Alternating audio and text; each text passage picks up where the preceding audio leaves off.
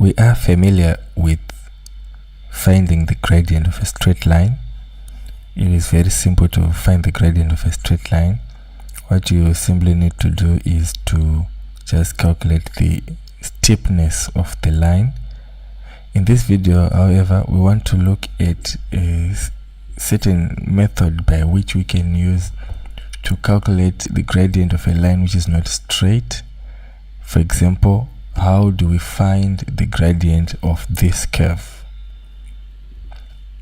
The method by which we are going to use to find the gradient of a curve is called differentiation.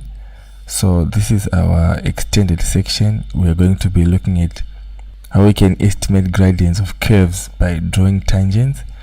Again, we are supposed to know how we can use derivatives of functions of the form ax to the power n, where a is a rational constant.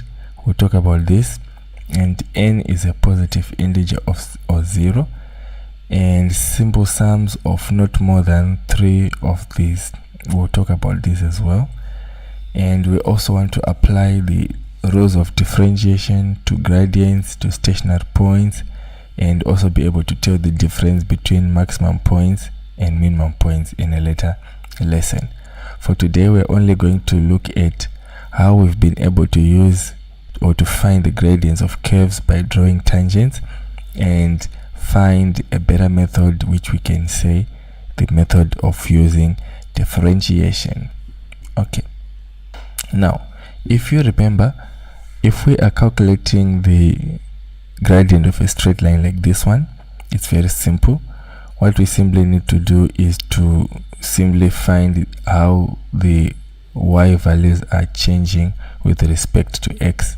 So we use the Greek letter delta y over delta x to find the gradient. So this simply means how is y changing with respect to x. So what we simply do is we find 2 points on this straight line. I'll take this one. Normally you would take points which will give you something like whole numbers. For example, 4 here is whole on the y-axis, and again 4 is whole on the x-axis. I'll take again another point 1 1 here. Take note that for whichever point you choose, the gradient will be the same. Okay, so here I've chosen 4 4, so I'll put down my points of 4 and 4, and the other point is 1 and 1. So remember, according to our rules of the Cartesian plane, this is an x value and this is a y value. So I will call this one x1 y1 and this one x2 y2. Take note, you can say x2 y2 for any of these. You can reverse, the answer will still be the same anyway.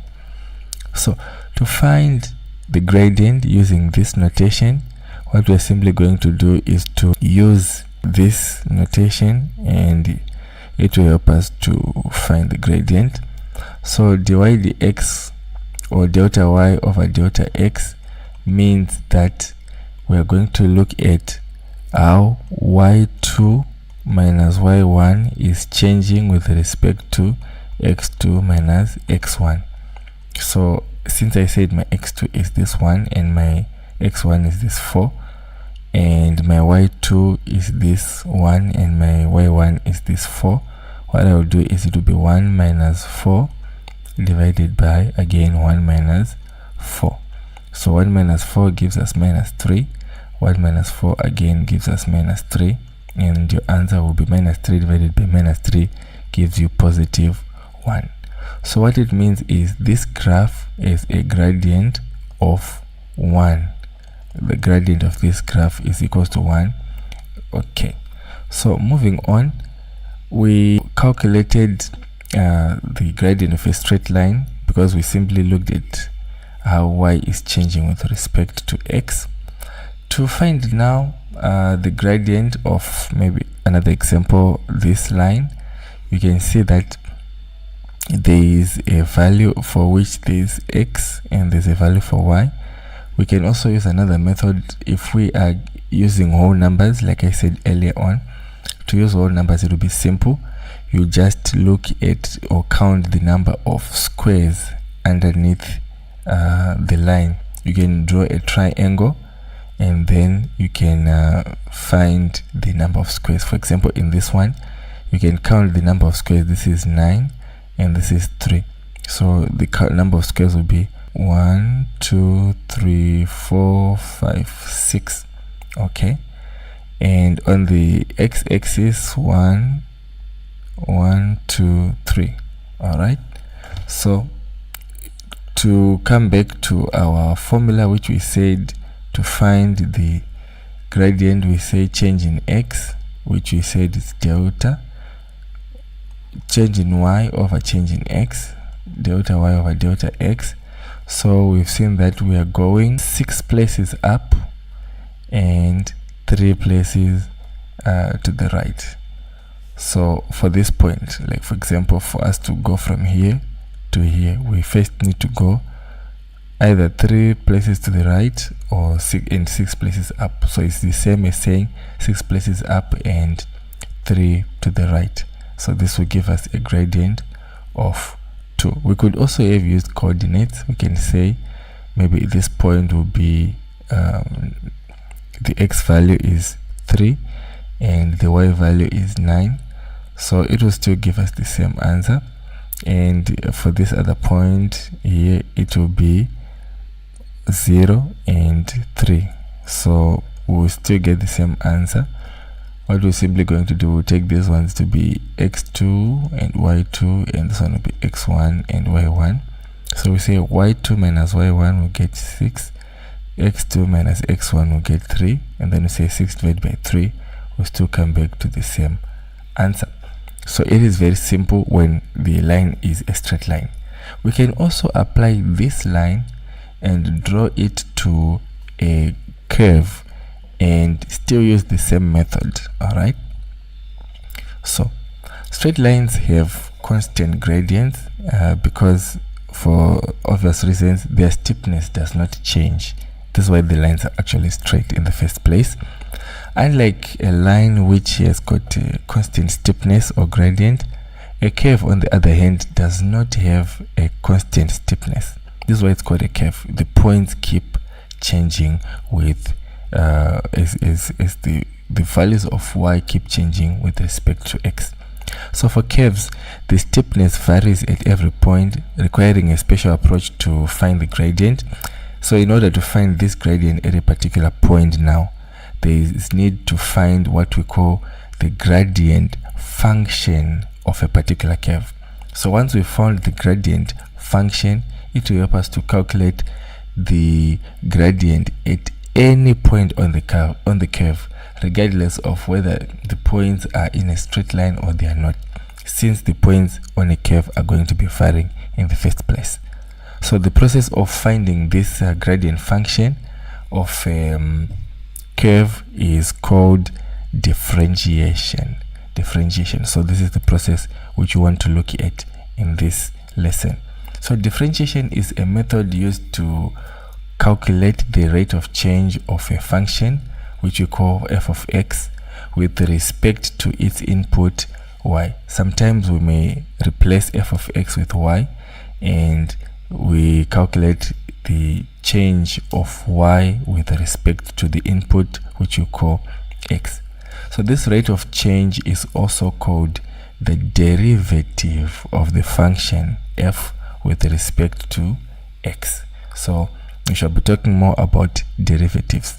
So how do we find the gradient function? In order to find the gradient function, we simply multiply the original equation by the power or exponent and then reduce that same power by 1. What do I mean? So let's use an equation to try and solve this.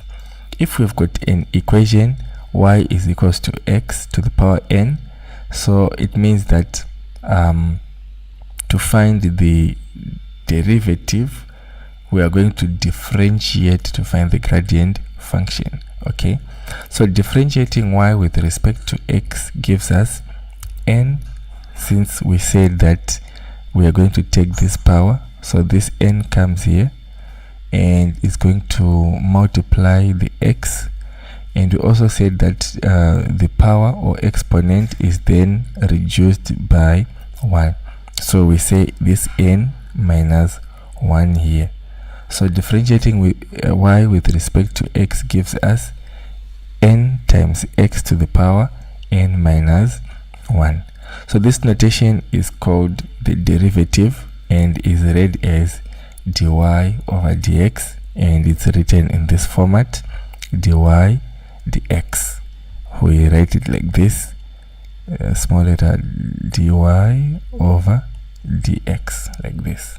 Okay, so our dy dx is equals to n times x to the power n minus 1. Alright, dy dx. Sometimes when we are looking for the gradient function, there's already a number or a constant before the x. That number is called a coefficient of x. So let's say, for example, if our function of x or y is equals to a to the power a times x to the power n, then dy dx is going to be, we're going to bring this n here, so we multiply n times a now, times x to the power.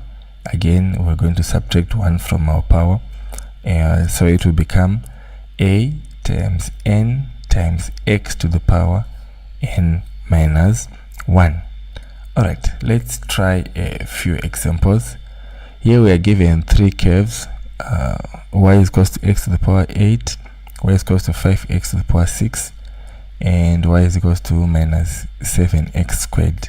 So finding dy dx of the first one, we're simply going to do what we said. This 8, we're going to bring it down to multiply x to the power 8 and then subtract 1, and then our answer will be 8x to the power 7.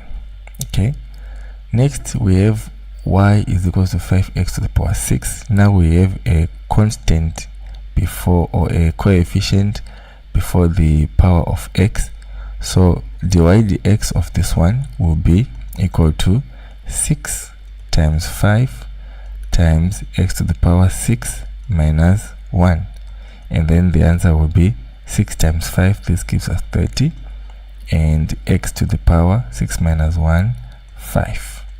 Okay, now you try this one. Y is equals to minus 7x squared. I'm just going to give you a few seconds to try this one out.